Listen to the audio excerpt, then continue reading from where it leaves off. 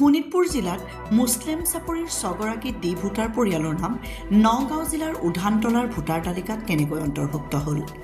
৬৬ নং বৰচলা সমষ্টিৰ ঠেলামৰা ৰাজহ চক্ৰৰ অন্তৰ্গত মুছলিম চাপৰিৰ ১৯০ নং ভোটকেন্দ্ৰৰ ঘৰ নং ১৭৬১ হুছেইন আলী, আয়েছা খাতুন, কাছিম আলী আৰু ফিৰোজা খাতুনৰ নাম সন্নিৱিষ্ট হৈ আছে। তাৰোপৰি শোণিতপুৰ জিলাৰ একেটা সমষ্টিৰ ভোটাৰ তালিকাৰ ৬৩৮১ ঘৰ নম্বৰত আবুল কালাম আৰু হনুফা খাতুনৰ নাম সন্নিৱিষ্ট হৈ থকা দেখা গৈছে। শোণিতপুৰ ঠেলামৰা থানা এলেকাধীন মুছলিম চাপৰিৰ ৬টাকৈ সন্দেহজনক পৰিয়ালৰ নাম নিশাটোৰ ভিতৰতে ধিং থানাৰ অন্তৰ্গত উধানতলা গাঁৱৰ ভোটাৰ তালিকাত কেনেকৈ সন্নিৱিষ্ট হ'বলৈ পালে তাকে লৈ সৃষ্টি হৈছে তীব্ৰ উৎকণ্ঠা। উক্ত ৬টা নাম ডি ভোটাৰ হিচাপে তেওঁলোকৰ বিৰুদ্ধে গোচৰ চলি আছে বুলি জানিব পৰা গৈছে। ৰহস্যজনকভাৱে শোণিতপুৰ জিলাৰ বৰচলা সমষ্টিত ডি ভোটাৰ হিচাপে ভোটাৰ তালিকাত স্পষ্টভাৱে উল্লেখিত ৬জন ব্যক্তিৰ নাম একেটা সময়তে নগাঁও জিলাৰ ৫৫ নং ধিং বিধানসভা সমষ্টিৰ অন্তৰ্গত উধানতলা গাঁৱৰ ১৬ নং পুলিং চেণ্টাৰত অন্তৰ্ভুক্ত হৈছে।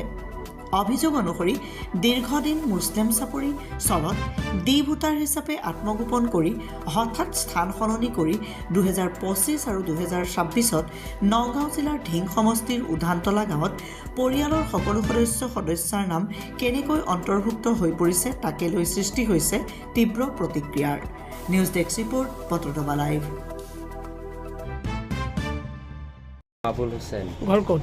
মুছলিম চাপৰি। মুছলিম চাপৰি কোন সমষ্টি পৰিছে এইটো? এইটো বৰচলা সমষ্টি হয়, হয়, শোণিতপুৰ ডিষ্ট্ৰিক্ট হয়। হয়, এইটো মানে মই লৈ আহিছোঁ মানে তেজপুৰ মানে বৰচলা সমষ্টিৰ মানে এই ৬টা মানুহ মানে এই ডি ভোটাৰ আছে। মানে আমি দেখিছোঁ, মানে দেখি পেলাই মানে এইটো মানুহৰ ৬টা মানুহ এইবাৰ ডিং সমষ্টিত মানে ভোট মানে বৰচলাত দি থকাৰ অৱস্থায় মানে ডিং সমষ্টিত আৰু নতুনকৈ তাৰ বুট উঠালে। মানে তাত দি আছে মানে দি থৈ কিনি মানে ডিং সমষ্টিত মানে এইটো মানুহে নাম মানে উঠাই দিলে ডিঙত বিউলো মানে কিবা লৈ কিনি কিবা উঠালে বাদে মই গম পাইছোঁ। গম পাই পিছত মানে ডি চি ছাৰৰ লগত মানে এটা মানে কমপ্লেইন এটা দিছোঁ।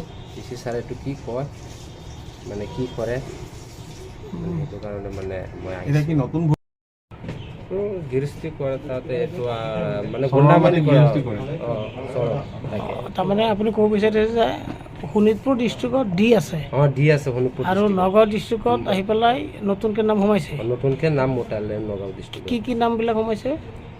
আবুল কালাম, আবুল কাছেম, আবুল হুছেইন, হনুফা খাতুন, মানে ফিৰোজা খাতুন, মানে আইছা খাতুন। 6গৰাকী। এওঁলোক আচলতে কি আমাৰ অসমৰ ভাৰতৰ নাগৰিক হয়নে নহয়? অসমৰ ভাৰতীয় নাগৰিক নহয়, সেইটো কোনো লিষ্টত মানে কোনো ডকুমেণ্টছেই দেখা নাই। মানে সেইটো যিহেতুৰ পিছত আহিছে, যিহেতুৰ আগত এইটো মানুহ নাই, কোনো কাগজ পাতি নাই, কোনো কাগজ পাতি ডকুমেণ্টছেই নাই ইয়াতে। কোনো নতুনকৈ ভোট দিলে পঞ্চায়ত ইলেকশ্যনত। আচ্ছা, ধিং সমষ্টিত এইটো কোনখন গাঁৱত সোমাইছে নামকেইটা আহি? উদানতলাত। উদানতলাত উদানতলা হয়। এইটো কেনেকৈ সোমাল নামকেইটা? এইটো কোনে কৰিলে কামটো কোনে কৰিলে তো এইটো মই নাজানো। বিএলও লগত লৈ কিনে কিবা কামটো কৰিছে কিবা বিএলও লৈ। ডিং থানা অন্তৰ্গত নেকি? ডিং থানাত। ডিং থানা, ডিং চাৰ্কুল। ডিং চাৰ্কুল হয়। আজি আপুনি ক'ত আহিছে? আজি মই নগাঁৱত আহিছোঁ মানে ডি চি ছাৰৰ ওচৰত। আপুনি কি বিচাৰে? মানে মই এইটো বিচাৰি আছোঁ মানে ডি চি ছাৰক কমপ্লেইন দিছোঁ। ডি চি ছাৰে কি সিদ্ধান্ত লয় সিদ্ধান্ত কয়।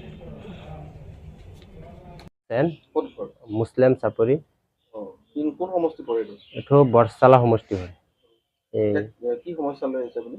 মই সমস্যা লৈ আহিছোঁ মানে মোৰ ঘৰৰ ওচৰত মানে মুছলিম চাপৰিত মানে এই ডি ভোটাৰ মানে ৬জন মানুহ আছে।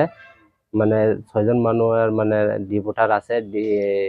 ডিং সমষ্টিত মানে এইটো মানুহে মানে নয়াকৈ কিবা বিউলো লৈ কিনি মানে বৰচলাত দি আছে, মানে ডিং সমষ্টিত মানে বিউলো লৈ কিনি কিবা মানে জড়িত মানে পইচা মানে কিবা দি কিনি মানে অবৈধভাৱে মানে নামটো ডিং সমষ্টিত উঠালে। নতুনকৈ মানে ডিং সমষ্টিত নাম উঠালে মানে তাত মানে বৰচলাত দি আছে, মানে চৰণচলত থাকে। মোৰ ঘৰৰ ওচৰত মানে আগতে গম পোৱা নাই, মানে সেইদিনে গম পাইছোঁ যে এই নতুনকেইটা মানুহ মানে আমাৰ CM ছাৰেতো আগতে ক'লে যে এনেকৈ যে কোনো মানুহে মানে কিবা কমপ্লেইন মানে জানিলে কিবা কমপ্লেইন দিবৰ কাৰণে মানে CM ছাৰক মানে ক'লে মানে সেইটো কাৰণে মানে মই আহিছোঁ মানে নগাঁৱত আহিছোঁ মানে কমপ্লেইন দিবৰ কাৰণে মানে DC ছাৰক মানে যাইছে নামকেইটা মানে আবুল কালাম আবুল কাছেম আবুল হুছেইন হনুফা খাতুন আইছা খাতুন ফিৰোজা খাতুন মানে দিহিং সমষ্টিৰ অন্তৰ্গত নাম সোমাব এইটো ডিং সমষ্টিত মানে নাম উঠালে মানে নোৱায়াকে মানে কোন চাৰ্কুল পৰে এইটো ডিং চাৰ্কুল পৰে কোন থানা পৰে ডিং থানা পৰে